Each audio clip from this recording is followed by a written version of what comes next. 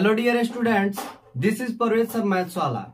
फिर से आपका एक बार YouTube channel Parvez sir maths वाले पे बहुत बहुत स्वागत है। फिर से हम लोग एक नए वीडियो को लेकर आ चुके हैं, लेकिन पिछले वीडियो पे बहुत आदमी का रिस्पांस, जैसे प्रशांत मिश्रा, राजकुमार, इसके अलावा जो शहीद अख्तर, इसके अलावा जो असलम अंसारी, इनका रिस्पांस बहुत ज्यादा बन रहा है, जिसकी वजह से हमको कमेंट पढ़कर भी लगा कि वे हमारे वीडियो को बहुत डीपली से नॉलेज गेन कर रहे हैं और वीडियो में जो भी कमी हो रही है उसको भी वो पर्सनली हमको बता भी रहे हैं। तो इसलिए हम एक नए वीडियो को लेकर फिर से आ गए हैं, जिस नए वीडियो में हम लोग जो एग्जाम प्रिपरेशन 2023 के लिए जो डिटर्मिनेंट यानी सारणिक जो चैप्टर है, उस चैप्टर का जो प्रॉपर्टीज है, उस प्रॉपर्टीज को हम लोग देख रहे हैं। तो उसी प्रॉपर्टीज को हम लोग आगे बढ़ाते हुए आज एक नए प्रॉपर्टी को देखेंगे। जैसा कि यहाँ पे एक प्रॉपर्टी दिखाई दे रहा है जो लिखा है all elements are zero in any row और column, then det of matrix. Det of matrix करने का मतलब डिटर्मिनेंट, यानी डिटर्मिनेंट उस मैट्रिक्स का क्या हो जाएगा, जीरो होगा। यानी किसी रो और कॉलम के अगर कोई भी रो हो या कोई भी कॉलम हो, रो मतलब जो पंक्ति होता है वह, और कॉलम जो स्तंभ होता है। कॉलम को बताए ही थे, जो जैसे हमारे घरों में जो धरती के सरफेस से उठकर ऊपर की तरफ जाता है छत की ओर, जो खड़ा रहता है बांस की तरह, बंबू की तरह, तो उसी को हम लोग क्या कहते हैं, कॉलम कहते हैं। तो अगर कॉलम में जितने एलिमेंट हो, अगर कॉलम में 3 एलिमेंट हो और 3 एलिमेंट क्या हो, जीरो हो, चाहे रो में 3 एलिमेंट हो, 3 एलिमेंट भी क्या हो, जीरो हो, तो उसमें उस कंडीशन में जो डिटर्मिनेंट का जो वैल्यू होता है, वो डिटर्मिनेंट का वैल्यू क्या हो जाता है, जीरो हो जाता है। तो अगर हम इस प्रॉपर्टी को लिखे हैं तो इसका प्रूफ भी हमारे पास होना चाहिए, तब ना अगर कभी ऑब्जेक्टिव में आ जाए तो इसको हम लोग डायरेक्ट जीरो बोल देंगे, और चाहे हमको सॉल्व करते जाएंगे, अगर इसी प्रॉपर्टीज पे दिखा तो डायरेक्ट हम डिटर्मिनेंट का वैल्यू क्या लिख देंगे, जीरो लिख देंगे। और यह स्पेशली एग्जाम प्रिपरेशन के लिए है, तो इसमें शॉर्टकट भी बताने की कोशिश मैं करूंगा। तो यहाँ पर देखिए, जैसे कोई भी मैट्रिक्स ले लीजिए, जैसे ए कोई मैट्रिक्स है और इसमें 5 7 और 0, 2 5 0 3 1 0। अब मेरे सवाल लिखकर खत्म करने से पहले ही आपके दिमाग में एक बात आ गया होगा कि यहाँ पे जो कॉलम है, वो कॉलम का जितना भी एलिमेंट है वो क्या है, जीरो है। तो यह प्रॉपर्टी के अनुसार तो इसका जो डिटर्मिनेंट होना चाहिए वो क्या होना चाहिए, जीरो होना चाहिए। तो क्या यह डिटर्मिनेंट जीरो है कि नहीं है, हम इसको प्रूफ करके देखेंगे। तो प्रूफ कैसे करेंगे, तो प्रूफ करने के लिए पहला जो प्रॉपर्टी है कि किसी भी अगर मैट्रिक्स का अगर डिटर्मिनेंट फाइंड आउट करना है तो किसी एक रो या एक कॉलम के अलोंग क्या करना, इसका डिस्ट्रीब्यूशन करना। तो हम लोग यह C3 यानी जो कॉलम 3 है, उस 3 के अलोंग डिस्ट्रीब्यूट नहीं करेंगे। क्यों? क्योंकि कोई भी कहेगा कि जीरो में किसी भी नंबर से मल्टीप्लाई कीजिए तो वह क्या हो जाएगा, जीरो हो जाएगा। तो हम ले लेते हैं यहाँ पे R2 के अलोंग। R2 के अलोंग क्या करना है, हमको डिस्ट्रीब्यूट करना है। तो यहाँ पे सबसे पहले इसको डिटर्मिनेंट के फॉर्म में चेंज करेंगे। तो यहाँ पे क्या हो जाएगा, determinant of A equal to determinant 5 7 0 2 5 0 और 3 1 0। अब यहाँ पे क्या करेंगे, डिस्ट्रीब्यूट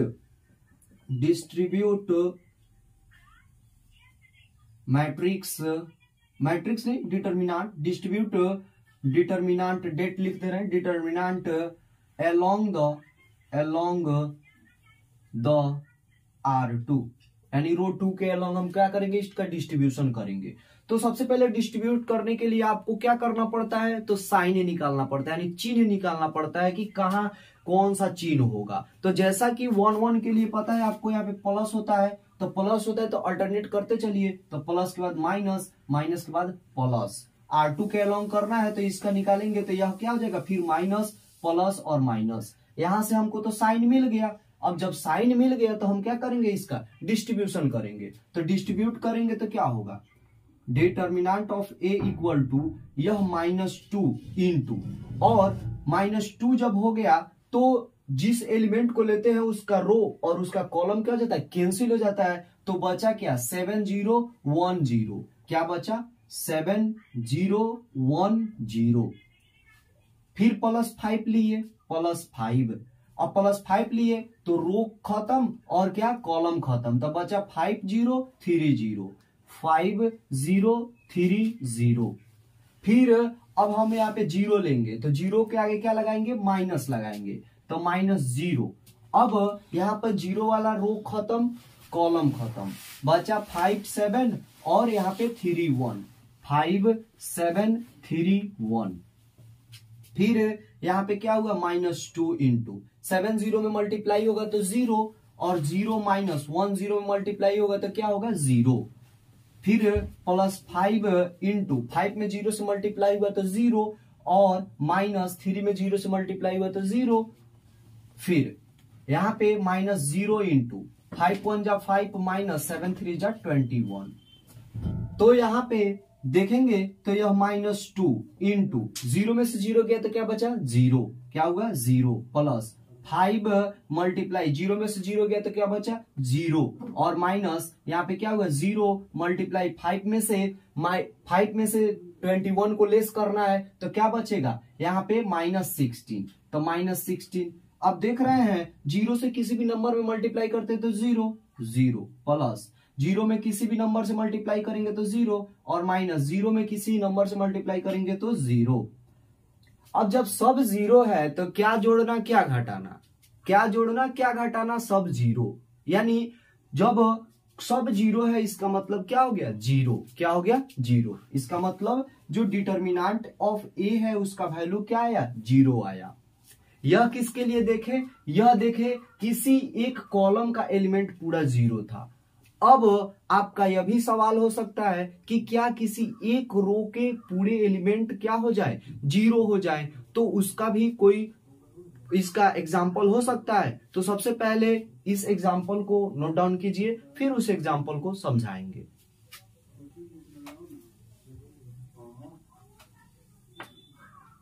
जैसा कि प्रॉपर्टीज के अनुसार हमको दिया है, इसमें रो का जो वैल्यू है, रो में जितने एलिमेंट है वो सब एलिमेंट क्या है, 0 है। तो हमको प्रूफ करना है कि इसका जो डिटर्मिनेंट होगा वो डिटर्मिनेंट का वैल्यू क्या आएगा, 0 आएगा। यानी हमको इसको 0 प्रूफ करना है। जैसे कि पिछले एग्जांपल्स में हम लोग कॉलम के लिए देखे थे, अब किसके लिए देखेंगे, रो के लिए देखेंगे। तो रो के लिए देखेंगे तो सबसे पहले इसको डिटर्मिनेंट के फॉर्म में चेंज कर देते हैं। तो यहाँ पे क्या लिखेंगे, determinant of B equal to determinant of 5, यहाँ पे क्या हो जाएगा, 5 7 3 0 0 0, अगेन 1 2 3। अगेन इसका क्या करेंगे, डिस्ट्रीब्यूट करेंगे। तो डिस्ट्रीब्यूट करेंगे किसके अलोंग, हम लोग R1 के अलोंग कर ले रहे हैं। R1 और R2 का तो बहुत बार देख चुके हैं, R3 के अलोंग करके एक बार देख लेते हैं। तो यहाँ पे लिखेंगे distribute determinant along the R3 के अलोंग हम इसका डिस्ट्रीब्यूशन करेंगे।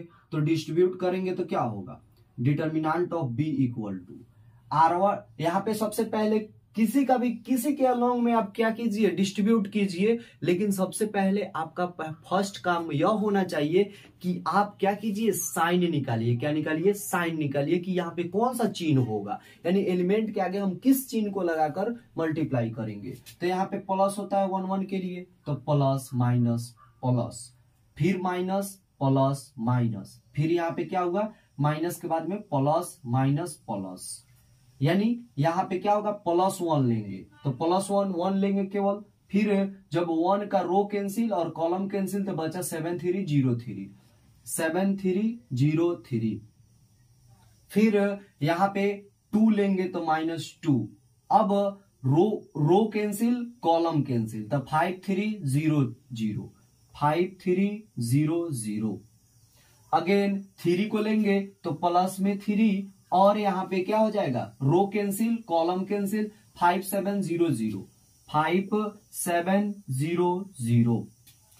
अब क्या करेंगे, इसको मल्टीप्लाई कराएंगे तो यहाँ पे 1 इंटू 7 में 0 से मल्टीप्लाई 0 माइनस हम लोग क्या करते हैं डायगोनल एलिमेंट को मल्टीप्लाई करके नॉन डायगोनल एलिमेंट को क्या करते हैं मल्टीप्लाई करके लेस करते हैं। तो यहाँ पे 3 में 0 से मल्टीप्लाई तो 0, फिर माइनस 2 इंटू 5 में 0 से मल्टीप्लाई किए तो 0 और माइनस 3 में 0 से मल्टीप्लाई किए तो 0 और प्लस में 3 से मल्टीप्लाई किए तो क्या हुआ 5 0 0 माइनस 7 0 0।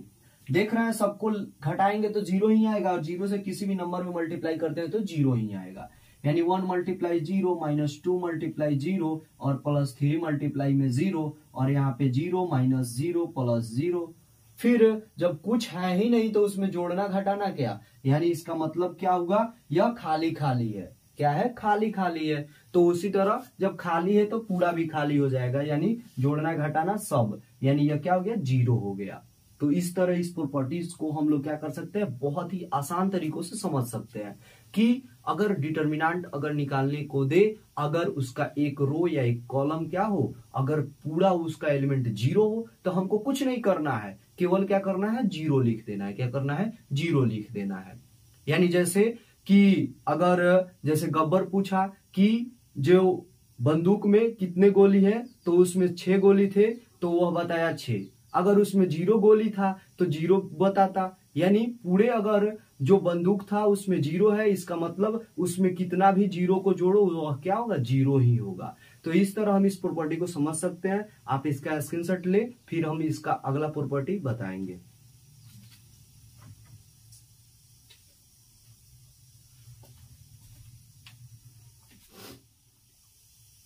अब इसका जो सबसे बहुत अच्छा सा जो प्रॉपर्टी है वो प्रॉपर्टी यह बोलता है कि all elements are equal ratio in any row और column then det of matrix is 0। यानी कहने का मतलब क्या हुआ कि R1 का जो क्या हो इक्वल रेशियो यानी समानुपाती हो, क्या हो समानुपाती। जैसे R1 में 2 से मल्टीप्लाई किया गया है तो R1 में जो मान के चलिए R1 का जो वैल्यू 1 है तो R2 का वैल्यू क्या है वह 2 है। तो R1 और R2 का जो रेशियो निकाला जाएगा वह 1 रेशियो 2 के इक्वल होगा, यानी 1 अनुपात 2 के बराबर होगा। तो इसी तरह जो R1 कहने का मतलब R1 क्या होगा, वह R1 जो होगा R2 जो होगा वह 2 इंटू R1 के इक्वल होगा। यही ना प्रॉपर्टी। तो इसी प्रॉपर्टी पे अगर कोई मैट्रिक्स दिया है तो उसका जो डिटर्मिनेंट होगा वह क्या होगा 0 होगा। जैसे हम इसको एग्जांपल से भी समझ सकते हैं। तो एग्जांपल हमारा क्या हो सकता है कि अगर कोई भी मैट्रिक्स मान के चलिए जैसे P दे दिया जाए और P मैट्रिक्स में जैसे R1 में जैसे 5 2 और 1 दे दिया जाए और इसी का जो समान अनुपाती क्या किया जाए R3 में सेट कर दिया जाए, यानी समान अनुपाती यानी इक्वल रेशियो में, यानी सेम नंबर से सब में मल्टीप्लाई हो, यानी 5 2 जा 10 2 2 जा 4 और 2 1 जा 2, यानी यह इक्वल रेशियो हो जाएगा। अब यहाँ पे कोई भी हम लोग क्या करेंगे रेंडमली कोई भी हम लोग एलिमेंट ले लेंगे। अब इसका हम लोग डिटर्मिनेंट निकालेंगे। क्या इसका डिटर्मिनेंट 0 आता है कि नहीं आता है इसको प्रूफ करके दिखाएंगे। तो हम लोग सबसे पहले डिटर्मिनेंट के फॉर्म में चेंज करेंगे। तो यहाँ पे क्या हो जाएगा 5 2 1 2 3 1 और 10 4 2। अगेन हम इसका क्या करेंगे डिस्ट्रीब्यूशन करेंगे R1 के एलोंग। तो R1 के एलोंग यहाँ पे प्लस माइनस प्लस। तो determinant of P equal to क्या हो जाएगा 5। अब डायरेक्ट हम मल्टीप्लाई कर लेते हैं, सजाने का तो हमको पता चल ही गया है। तो 5 को लेंगे तो उसका रो कैंसिल कॉलम कैंसिल, तो 3 2 जा क्या होगा 6 माइनस 4 1 जा क्या होगा 4। फिर यहाँ पे माइनस 2 इंटू, अब जब 2 को लिए तो रो कैंसिल कॉलम कैंसिल, तो 2 2 जा 4 माइनस 10 1 जा 10। फिर यहाँ पे प्लस में 1 हुआ और प्लस में 1 लिए तो रो कैंसिल कॉलम कैंसिल, तो 4 2 जा 8 माइनस 3 10 जा 30। अब यहाँ पे देख रहे हैं तो 5 मल्टीप्लाई 6 में से 4 गया तो क्या बचेगा 2 बचेगा। क्या बचेगा 2 माइनस 2 मल्टीप्लाई यहाँ पे 4 में से 10 जाएगा तो क्या बचेगा माइनस में 6 बचेगा, तो माइनस 6 प्लस में 1 इंटू यहाँ पे 8 में से 30 को लेस करेंगे तो 30 को लेस करेंगे तो क्या हो जाएगा माइनस 22। अब यहाँ पे क्या हो जाएगा 5 2 जा 10 और माइनस माइनस प्लस में क्या हो जाएगा यहाँ पे 12 है और प्लस माइनस क्या हो जाएगा माइनस और यहाँ पे 22। अब यहाँ पे इसको एडिशन है यानी बोर्ड मास नियम से इसको ऐड कर देंगे तो यह क्या हो गया 22 माइनस 22 यानी इसका कैंसिल हो गया। इसका मतलब क्या हो गया डिटर्मिनेंट का value and det of P equal to क्या हो गया 0 हो गया। यानी यह समझ में आया कि अगर इक्वल रेशियो में दिया रहे कोई भी रो तो वह क्या होता है रो दिया हो चाहे कॉलम दिया हो इक्वल रेशियो में हो तो वो उसका जो वैल्यू होता है वह क्या होता है 0 होता है। डिटर्मिनेंट का वैल्यू क्या होता है 0 होता है। यहाँ पे क्या दिया था हियर यहाँ पे जो R1 है R1 का जो वैल्यू है R2 का वैल्यू वह 2 इंटू R1 के इक्वल है। यह R2 का वैल्यू क्या है 2 इंटू R1 का R1 के इक्वल है। यानी R2 का फर्स्ट एलिमेंट अगर 10 लीजिएगा तो 10 किसके इक्वल है तो 10 जो है 2 मल्टीप्लाई R1 का फर्स्ट एलिमेंट क्या है 5 है तो मल्टीप्लाई करेंगे तो क्या होगा 10 होगा। यानी यहाँ पे जो प्रॉपर्टीज था वह किस प्रॉपर्टीज पे था तो इक्वल रेशियो प्रॉपर्टीज पे था। तो इस तरह हम लोग इस प्रॉपर्टीज को समझे। आप इसका स्क्रीनशॉट ले सकते हैं साथ ही साथ वीडियो को पॉज करके नोट डाउन भी कर सकते हैं।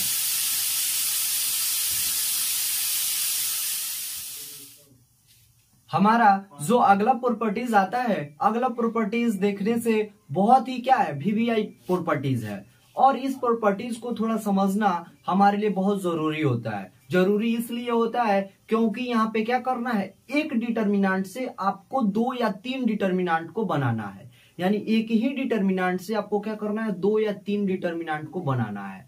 तो जैसे इसमें प्रॉपर्टीज यह बोला है कि elements are present in addition form of 2 और मोर than 2 elements, then we can distribute in different determinants। इसका मतलब यह हुआ कि अगर कोई भी डिटर्मिनेंट अगर 2 या 2 से अधिक एलिमेंट के जोड़ने से बना हो तो उसको हम लोग क्या कर सकते हैं जितने एलिमेंट एक्स्ट्रा जोड़कर उसमें बना है उतने एलिमेंट को हम लोग क्या कर सकते हैं अलग अलग सेपरेट करके अलग अलग डिटर्मिनेंट को क्या कर सकते हैं बना सकते हैं। जैसे कि अगर कोई भी अगर C एक कोई डिटर्मिनेंट दिया जाए तो अगर जैसे A1 प्लस D1 फिर यहाँ पे B1 और C1 हो और यहाँ पे A2 प्लस D2 और A3 प्लस D3 फिर B2 और B3 और यहाँ पे C2 और C3। अगर ऐसा क्या किया है अगर डिटर्मिनेंट दिया है तो डिटर्मिनेंट में यहाँ पे क्या किया गया है यहाँ पे एक रो में अलग अलग एलिमेंट को ऐड किया गया है। अलग अलग एलिमेंट को क्या किया गया है ऐड किया गया है। जैसे R1 में D1 D2 और D3 एक्स्ट्रा एलिमेंट को क्या किया गया है ऐड किया गया है। तो हम क्या करेंगे यहाँ पे element number of element R1 में कितना है 2 है। R1 में कहिए चाहे पूरे डिटर्मिनेंट में मैक्सिमम नंबर ऑफ जो डिजिट है वो कौन सा है तो 2 है। तो हम लोग कितने में डिस्ट्रीब्यूट कर सकते हैं 2 में डिस्ट्रीब्यूट कर सकते हैं। कितने में डिस्ट्रीब्यूट कर सकते हैं 2 में डिस्ट्रीब्यूट कर सकते हैं। यानी इस पूरे डिटर्मिनेंट को 2 डिटर्मिनेंट में बदल सकते हैं। कैसे तो यहाँ पे प्लस से पहले जो एलिमेंट है उसको हम लोग क्या करेंगे एक अलग डिटर्मिनेंट में सेट करेंगे। जैसे यहाँ पे प्लस के पहले A1 है प्लस के पहले A2 है और प्लस के पहले क्या है A3 है और जो जिसमें बिना एडिशन वाला जो है डिटर्मिनेंट का एलिमेंट उसको उसी तरह नोट डाउन कर देते हैं। यानी B1 B2 और B3 फिर यहाँ पे C1 C2 और C3 और यहाँ पे प्लस का साइन दे देंगे। किसका साइन दे देंगे प्लस का साइन। और प्लस का साइन कब देंगे जब यह एलिमेंट के पहले प्लस का साइन हो तब। अगर निगेटिव का साइन है सबके सामने निगेटिव का साइन है तो निगेटिव का साइन देंगे। और यहाँ पे क्या करेंगे अब जो एक्स्ट्रा एलिमेंट है एक्स्ट्रा एलिमेंट उसको हम लोग क्या करेंगे अलग सेपरेट करेंगे। क्या करेंगे अलग सेपरेट करेंगे। यानी D1 D2 और D3 फिर यहाँ पे B1 B2 और B3 और यहाँ पे C1 C2 और C3। अगर इसको हम जो एग्जाम्पल से समझे तो जैसे देखिए ये जो जिसमें कोई एलिमेंट नहीं जुड़ा है इसको हम लोग जो एक गांव के शादी के एग्जांपल से समझ सकते हैं। तो यह जो एक क्या है, एक जो जिसमें एलिमेंट दोनों में नहीं जुड़ा है, इसको हम लोग जो खाना जो चलाने वाले जो होते हैं, खाना देने वाले जो शादी में होते हैं, बारात में जो खाना को डिस्ट्रीब्यूट करते हैं मेहमान को, वह यह तो स्टेबल रहते हैं, यह तो फिक्स रहते हैं कि ये आदमी क्या करेंगे, खाना चलाएंगे। लेकिन यहाँ पे जो दो एलिमेंट एक दूसरे से जुड़े हैं, यानी हम लोग A1 A2 और A3, यह क्या है, यह गांव वाले हो गए और यह क्या हो गए, बारात वाले हो गए। तो गांव वाले को अलग खिला दीजिए और बारात वाले को अलग खिला दीजिए। तो गांव वाले को खिलाइएगा तो गांव वाले तो खाकर चले जाएंगे, तो वे तो बदलते रहेंगे, लेकिन जो खाना खिलाने वाले हैं वे तो स्टेबल रहेंगे। और उसी तरह जब बारात वाला खाना खाएंगे तो बारात वाले खाने के लिए वह भी जो इनको गांव वाले को खिलाए थे तो वही क्या करेंगे, बारात वाले को भी खिलाएंगे। यानी कहने का मतलब यह है कि जिसमें जो कोई भी एक्स्ट्रा एलिमेंट नहीं जुड़ा है, वह दोनों डिटर्मिनेंट में या जितने भी डिटर्मिनेंट बने उसमें स्टेबल रहेंगे, और जिनमें जुड़े हुए हैं वह क्या होंगे, चेंज होते रहेंगे। तो इस तरह हम लोग क्या कर सकते हैं, जो डिस्ट्रीब्यूशन है किसी भी डिटर्मिनेंट का, उस डिटर्मिनेंट के डिस्ट्रीब्यूशन को आसान तरीकों से समझ सकते हैं। तो ये जो एग्जाम्पल है वह बहुत ही अच्छा एग्जाम्पल है, और इसी एग्जाम्पल से हम आराम से समझ सकते हैं। यानी जो गांव वाले हैं वह खाकर चले जाएंगे, लेकिन खिलाने वाले स्टेबल रहेंगे। फिर उसी तरह जो बारात वाले हैं वह खाकर चलते जाएंगे, लेकिन जो गांव वाले हैं जो मतलब अरेंज किए हैं वे स्टेबल रहेंगे। तो इस तरह यह डिस्ट्रीब्यूशन होता है, आप इसका स्क्रीनशॉट ले सकते हैं। अब देखिए एक जो आता है वह इंटरचेंज रूल आता है। क्या आता है, इंटरचेंज रूल। इंटरचेंज रूल क्या होता है, तो इंटरचेंज जो रूल होता है वह इंटरचेंज यानी मतलब आपसी अदलाव बदलाव। तो आपसी अदलाव बदलाव में हम क्या करते हैं, तो बताए थे ही मैट्रिक्स जो चैप्टर था उसमें, लेकिन डिटर्मिनेंट में भी इसको रिपीट कर दे रहे हैं। जैसे कि हम लोग आपसी जो अदलाव बदलाव करते हैं, क्यों करते हैं, क्योंकि सुविधा महसूस होके क्या हो सके, हम कंफर्टेबल फील कर सके, इसलिए क्या करते हैं, आपसी अदलाव बदलाव करते हैं। तो उसी तरह अगर आप क्या कीजिए, RI यानी किसी भी रो को अगर एक दूसरे से कन्वर्ट कर रहे हैं, यानी किसी भी यानी RI प्लस के कोई भी कांस्टेंट से, यानी R जैसे I के बदले में आप J ले लीजिए, यानी मतलब आप इसको कन्वर्ट कर रहे हैं, चाहे CJ को आप एक दूसरे में कन्वर्ट कर रहे हैं, यानी J का यहाँ पे I ही रहने दे रहे हैं, यानी I का जो वैल्यू क्या होगा, मतलब R1 R2 R3 ऐसे, और उसी तरह CJ plus K into CJ, यानी आप क्या कर रहे हैं, रो को रो से या कॉलम को कॉलम से किसी जो रेशियो में मल्टीप्लाई करके आप एक दूसरे को चेंज कर रहे हैं। तो उसमें आप क्या होगा, जो डिटर्मिनेंट का वैल्यू होगा वह स्टेबल रहेगा, उसमें भी कोई चेंजिंग नहीं होगा, जिस तरह हम लोग मैट्रिक्स में देखे थे। तो उसी तरह हम लोग इसी प्रॉपर्टीज बेस्ड पे, अब ये प्रॉपर्टीज लागू कहां से होता है, तो यह प्रॉपर्टीज इसलिए लागू होता है क्योंकि हमको दो चार प्रॉपर्टीज पता है। दो चार प्रॉपर्टीज जैसे अगर एक रेशियो में हो तो उसका डिटर्मिनेंट 0 होता है, यानी R1 अगर R2 के सेम रेशियो में हो तो 0 हो जाए, कॉलम अगर सेम रेशियो में तो 0 हो जाए, कॉलम का वैल्यू अगर 0 हो जाए तो कॉलम में पूरे एलिमेंट का वैल्यू 0 हो जाए तो 0 हो जाए। तो सेम उसी प्रॉपर्टीज को समझने के लिए यह इंटरचेंज रूल पढ़ा जाता है। तो उसी इंटरचेंज रूल पे हम एक एग्जाम्पल को देखेंगे। जैसा कि यहाँ पे एग्जाम्पल है, वह एग्जाम्पल क्या बोला है, तो एग्जाम्पल यह बोला है कि आप डिटर्मिनेंट फाइंड आउट कीजिए, और यहाँ पे क्या किया है, मैट्रिक्स एक डिटर्मिनेंट दे दिया है। अब यहाँ पे तो हम लोग अगर किसी की अलोंग में इसका क्या करते हैं, डिस्ट्रीब्यूशन करते हैं, तो हमारा डिस्ट्रीब्यूशन हम पे ही भारी पड़ जाएगा, क्योंकि यहाँ पे देख रहे हैं तो टर्म जो है वो नंबर ऑफ टर्म बहुत ज्यादा है। फिर इसको हम लोग डिस्ट्रीब्यूट करेंगे पिछले वाले प्रॉपर्टीज के हिसाब से कि अलग अलग डिटर्मिनेंट में, तो इसको चेंज कर रहे हैं तो यह इस पे नहीं है, यानी एक रो में यह नहीं जुड़ा है, ना एक कॉलम में जुड़ा है, ना सेम रेशियो में जुड़ा है। तब हम क्या करेंगे, तब हम यहाँ पे यही जो रूल पढ़े थे, यानी R1 और RI और RJ को आपस में इंटरचेंज करने का जो रूल, तो हम क्या करेंगे, तो हम देख रहे हैं कि अगर हम यह सबको ऐड कर दे, यहाँ पे ऐड कर दे, तो यहाँ पे x x ऐड होकर 2x, y y ऐड होकर 2y और 2z।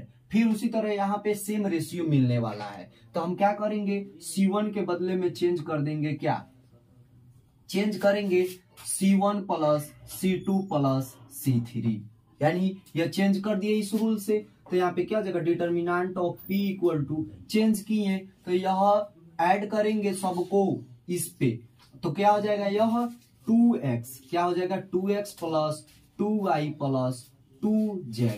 अगेन इसको भी ऐड करेंगे तो सेम प्रोसेस ही आएगा, यानी z z ऐड होगा तो 2z, 2x ऑलरेडी है, और y y ऐड होगा तो क्या हो जाएगा 2y, यानी 2x प्लस 2y और प्लस 2z, फिर 2x plus 2y plus 2z।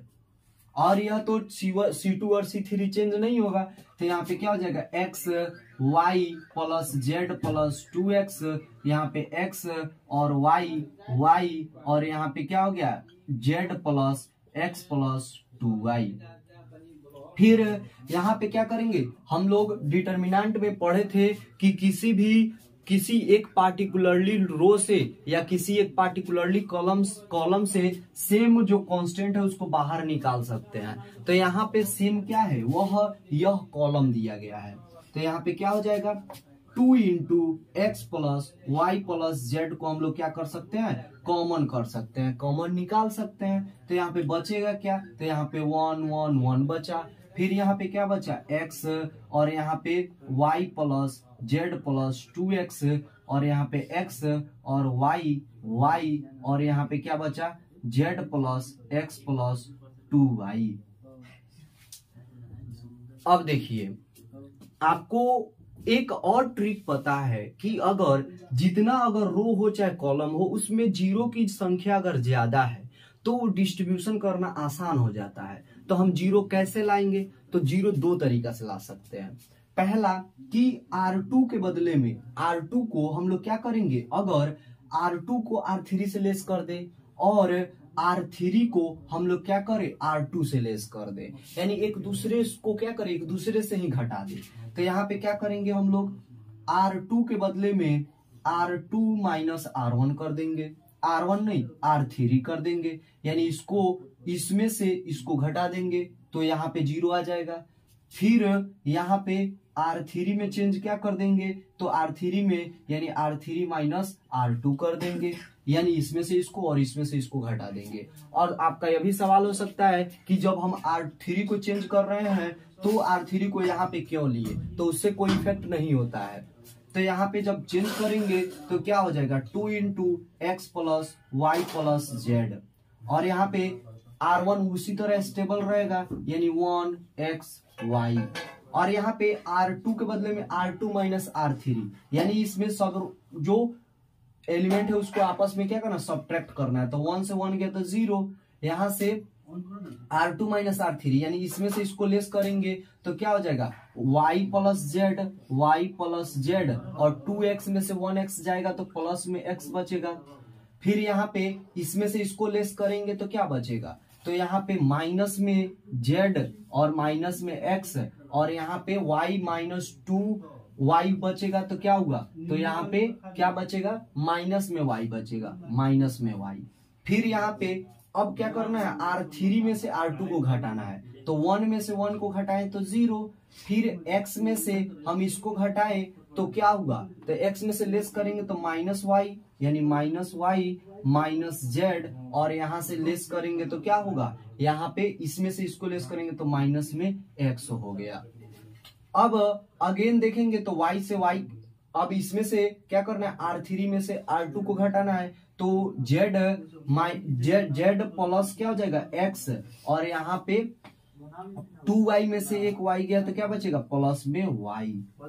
अब देखिए यहाँ पे अगर C1 के सापेक्ष में अगर हमको क्या करना होगा, डिस्ट्रीब्यूशन करना होगा तो आसान हो गया। तो डिस्ट्रीब्यूशन करना हमारा क्या हो गया, आसान हो गया। तो हम क्या कर सकते हैं, इसको आराम से डिस्ट्रीब्यूट कर सकते हैं। तो इसको डिस्ट्रीब्यूट करेंगे कैसे, तो हम क्या करेंगे, अब इसको C1 के एलोंग क्या करेंगे, इसका डिस्ट्रीब्यूशन करेंगे। तो C1 के एलोंग डिस्ट्रीब्यूशन होगा, तो C1 के एलोंग हम लोग डिस्ट्रीब्यूट करेंगे तो क्या हो जाएगा, यह 2 इंटू क्या हो जाएगा, 2 into x plus y plus z, और यहाँ पे मल्टीप्लाई है तो मल्टीप्लाई देंगे।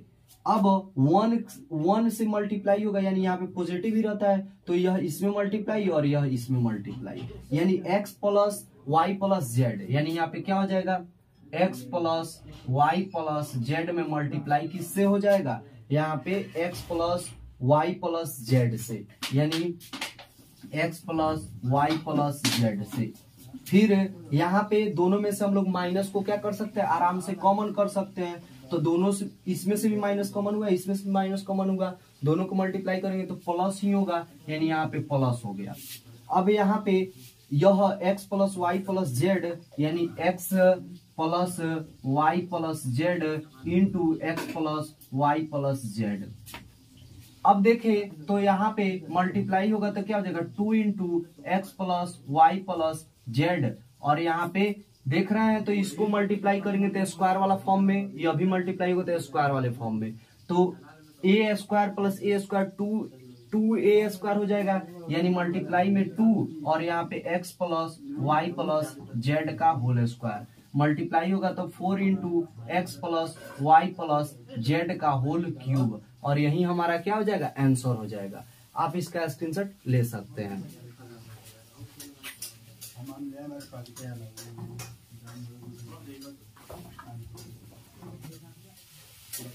अब जो प्रॉपर्टीज है उस प्रॉपर्टीज में एक मोस्ट वीवीआई प्रॉपर्टीज है जो हमारे जो बोर्ड एग्जाम में डायरेक्ट क्या करता है, ऑब्जेक्टिव क्वेश्चन को हिट करता है, और यह जो थ्योरम है यह बहुत ही इंपॉर्टेंट है। जैसे कि अगर बोला जाए कि हम लोग किसी भी जो क्या करते हैं, मैट्रिक्स हो और मैट्रिक्स में कांस्टेंट से अगर मल्टीप्लाई करते हैं तो वह सभी रो में चला जाता है और सभी कॉलम में चला जाता है, यानी सभी रो में मल्टीप्लाई हो जाएगा, सभी कॉलम में मल्टीप्लाई हो जाएगा। इसका मतलब क्या हुआ कि, और डिटर्मिनेंट क्या बोलता है कि आप किसी एक रो में ही और किसी एक कॉलम में ही मल्टीप्लाई कर सकते हैं। तो मान के चलिए कि अगर सभी रो, यानी मान के चलिए रो यहाँ पे नंबर ऑफ रो 3 है, यानी नंबर ऑफ रो 3 है, तो अब मान के चलिए अगर 3 इसमें से एक के को निकालेंगे तो 1 के निकला, इसमें से निकालेंगे तो 2 के निकला, और यहाँ से निकाले तो 3 के हुआ। तो यहाँ पे 3 के यानी के टू द पावर क्या हो गया, 3 हो गया। यानी अगर हमको पता करना हो कि इसका असल में डिटर्मिनेंट कितना होगा कांस्टेंट से मल्टीप्लाई करने के बाद, तो वह हमारा आंसर क्या होना चाहिए, तो उस चीज को हम लोग देखेंगे, और इसी थ्योरम से आप ऑब्जेक्टिव क्वेश्चन को आराम से सॉल्व कर सकते हैं। तो जैसे अगर जनरल फार्मूला पे देखा जाए, तो जनरल फार्मूला पे देखेंगे तो अगर ए एक मैट्रिक्स लिखें और यहाँ पे क्या हो जाएगा, यह के से मल्टीप्लाई, पहले क्या करेंगे, इसका जनरल फार्मूला लिखेंगे तो A11 A11 A12 A13, फिर उसी तरह A21 A22 और यहाँ पे A23, और डैश डैश डैश करते करते यह कहां तक जाएगा, A1 और N तक, A1 और N N मान लेते हैं N, और यहाँ पे यह डैश डैश करते करते कहां तक आएगा, AM और यहाँ पे N तक, N नहीं यहाँ पे 1, फिर यह डैश डैश करते करते यह कहां तक आएगा, AM और यहाँ पे क्या आएगा 2, फिर यह डैश डैश करते करते यह बढ़ते जाएगा, फिर यह भी इधर आएगा तो यहाँ पे क्या आएगा, AM और N आएगा। तो इसी तरह अगर क्या किया जाए, इसमें कांस्टेंट से यानी के से क्या किया जाए, मल्टीप्लाई कर दिया जाए, तो जब के ए लिखेंगे तो सभी में मल्टीप्लाई होगा, क्या होगा, सभी में मल्टीप्लाई होगा, सभी रो में, तो सभी रो में मल्टीप्लाई होगा, और सभी कॉलम में भी कि जितने एलिमेंट है सब में मल्टीप्लाई होगा, तो सब में मल्टीप्लाई हो गया। बट अब क्या करना है आपको, इसका डिटर्मिनेंट निकालना है, क्या करना है, डिटर्मिनेंट निकालना है। तो डिटर्मिनेंट निकालने के लिए इसको डिटर्मिनेंट के फॉर्म में चेंज करेंगे, तो डिटर्मिनेंट के फॉर्म में अगर चेंज किए तो यहाँ पे डिटर्मिनेंट के फॉर्म में चेंज किए तो डिटर्मिनेंट बट जब डिटर्मिनेंट के फॉर्म में चेंज किया जाएगा तो डिटर्मिनेंट का रूल पता है कि बिना विदाउट स्क्वायर मैट्रिक्स का हम लोग डिटर्मिनेंट नहीं फाइंड कर सकते हैं। तो डिटर्मिनेंट जब स्क्वायर मैट्रिक्स का होगा तो यहाँ पे m n न होकर क्या हो जाएगा n n हो जाएगा, फिर यहाँ पे क्या हो जाएगा n हो जाएगा और यहाँ पे क्या हो जाएगा n हो जाएगा, यानी सब क्या हो जाएगा, यानी n क्रॉस n में बदल जाएगा। किस में बदल जाएगा, n क्रॉस n में। और देखिए इससे एक बहुत प्यारा सा हम लोग थ्योरम निकालेंगे। जैसे अब मान के चलिए कि अगर कांस्टेंट को निकालना है तो जिस तरह आप लोग मल्टीप्लाई किए हैं एक एक रो में, डिटर्मिनेंट के किसी एक रो में चाहे किसी एक कॉलम में मल्टीप्लाई किए हैं, उसी तरह तो यह बाहर भी आएगा। तो यहाँ पे determinant of k of a equal to क्या हो जाएगा, इसमें से k निकाले तो k यहाँ से आया और फिर इसमें से निकाले तो मल्टीप्लाई k इसमें से आया। फिर यह कहाँ तक आएगा, तो यह k जो है वह n बार आएगा, यानी n टाइम्स आएगा, n टाइम्स आएगा। और यह जो डिटर्मिनेंट है वह डिटर्मिनेंट सिंपल सा बन जाएगा a11 a12 और डैश डैश a1n। फिर यह डैश डैश करते करते an1 और यहाँ पे डैश डैश करते करते यह कहाँ तक चल जाएगा, ann तक चला जाएगा। यानी सेम यह क्या बदल गया, यह केवल मैट्रिक्स में बदल गया। यह किस में बदल गया, मैट्रिक्स यानी डिटर्मिनेंट, यानी सिंपल यह, इसको हम लोग क्या कह सकते हैं, डिटर्मिनेंट a कह सकते हैं। और यह n टाइम्स आया, इसका मतलब यह क्या हुआ कि determinant of k of a equal to क्या आया, k to the power n into determinant of a आया। और यहाँ पे n इक्वल टू क्या है, ऑर्डर है, n इक्वल टू क्या है, ऑर्डर है। अब जैसे कोई क्वेश्चन आपको कोई पूछ दे कि अगर मान के चलिए डिटर्मिनेंट आपको दिया है 5 2 1 1 और इसमें आपको क्या करना है, यह a डिटर्मिनेंट ऑफ a का वैल्यू है। अगर इसमें आपको 3 से मल्टीप्लाई करना है तो इसका वैल्यू क्या हो जाएगा, 3 से सभी एलिमेंट में मल्टीप्लाई किया गया हो तो 3 से अगर मल्टीप्लाई करना हो यानी डिटर्मिनेंट ऑफ 3 ऑफ a बताना हो तो आप डायरेक्ट क्या कीजिएगा, यानी यहाँ पे 3 यानी पहले इसका डिटर्मिनेंट निकालिएगा, यानी इसका फॉर्मूला क्या हो जाएगा, यहाँ पे k इंटू इसका फॉर्मूला क्या हो जाएगा, k to the power n और डिटर्मिनेंट ऑफ a, यानी डिटर्मिनेंट ऑफ a पहले फाइंड आउट करेंगे तो 5 1 जा 5 माइनस क्या हो जाएगा 2 1 जा 2, यानी 5 से 2 गया तो क्या बचेगा 3 और यहाँ पे कांस्टेंट का वैल्यू कितना है 3, यानी 3 और 2 दी पावर क्या बचा n का वैल्यू क्या है 2 मल्टीप्लाई 2 यानी 2, यानी क्या हो जाएगा 3 टू द पावर 3 और इसका वैल्यू क्या हो जाएगा 20, 3 3 जा 9 9 3 जा 27। अब क्या इसका वैल्यू इतना आएगा कि नहीं आएगा, हम लोग प्रूव करके भी देख सकते हैं। तो 3 ऑफ a यानी a में हम क्या करेंगे 3 से मल्टीप्लाई करा देंगे तो क्या हो जाएगा 5 3 जा 15, 3 2 जा 6, 3 1 जा 3, 3 1 जा 3। इसका डिटर्मिनेंट निकालेंगे तो 15 3 जा क्या हुआ 45 माइनस 3 6 जा 18, लेस करेंगे तो 15 में से 8 गया तो 7 और यहाँ पे 3 में से 1 गया तो क्या बचा 2। तो इस तरह क्या हुआ, हम लोग इस प्रॉपर्टी का यूज करके, यानी यह जो प्रॉपर्टी है वो मोस्ट वीवीआई प्रॉपर्टी है, यह क्या है मोस्ट वीवीआई प्रॉपर्टी है और इससे हर एक साल 1 नंबर का क्वेश्चन आना फिक्स रहता है। तो आप इसका स्क्रीनशॉट ले सकते हैं।